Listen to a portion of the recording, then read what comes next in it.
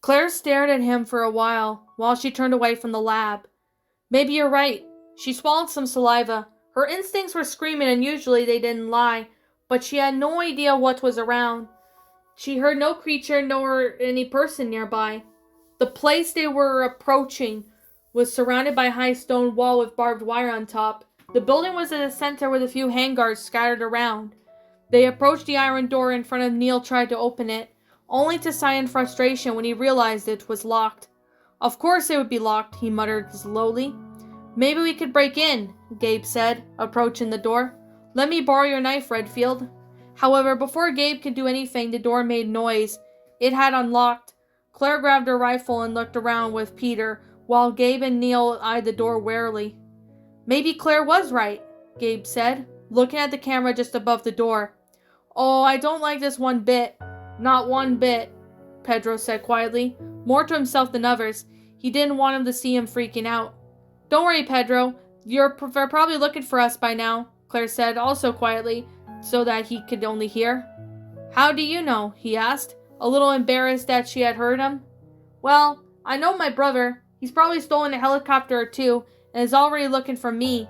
Hell, I wouldn't be surprised he already discovered my location by now, she said, perhaps a little too positive.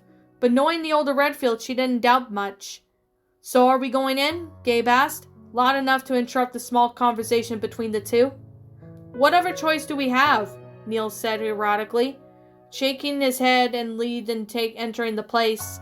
They followed him and their eyes traversed to a small spiral staircase that went down a few doors. They descended down, feeling a little uncomfortable with the footsteps. It seemed to get louder than before. As soon as they descended, they opened up the large door and found themselves in a huge room.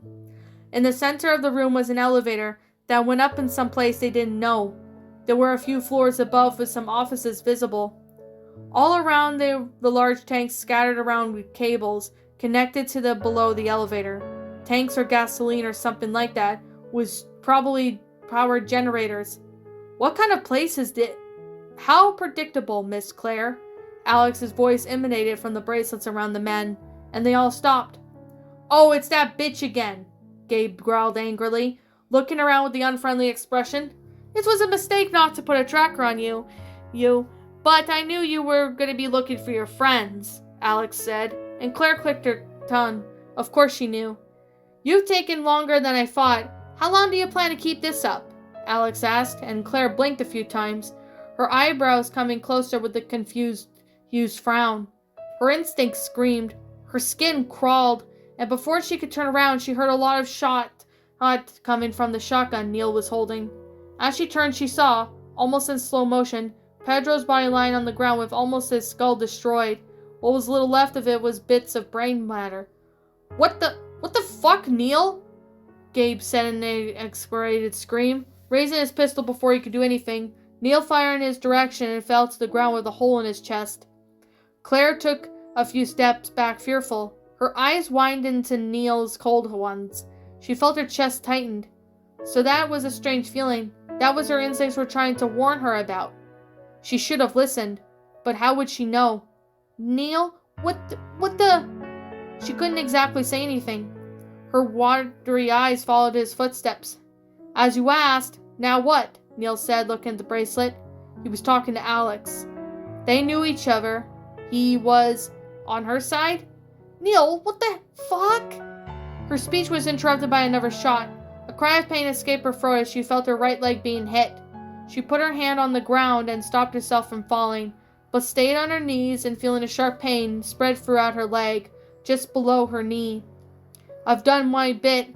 It's time you did yours. You should have delivered the package to me months ago, he said, pacing back and forth impatiently, seeming to avoid looking at Claire, who felt her heart being crushed by the whole thing. She couldn't hold back the tears as she kept streaming down her face. She felt breathless.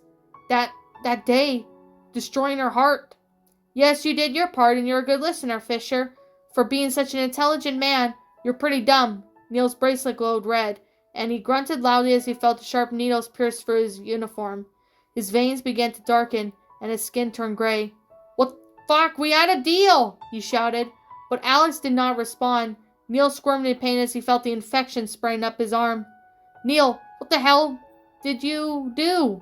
Claire asked, not knowing where she had gotten the strength to say those words, her vision blurred by tears as she tried not to look at the bodies of her colleagues. He shouted. She should have given me the sample. He fell to his knees. A loud scream escaped his throat, and the muscles on his back seemed to twitch. His clothes began to tear, and his voice became less and less human. We would have control. He couldn't form the complete sentences, and his mutated arm pulled into Peter's leg from behind him. His teeth pierced the flesh and devoured the mass, ingesting the form into mass. His body grew, his muscles atrophied, and his punch he drove into the ground, made for the metal beneath his feet. Claire wiped her tears from her face and picked up the shotgun, which had fallen to the ground. Her eyes stared at Neil's mutated body in front of her, and her throat closed. She didn't know why, much less why she would get her strength from.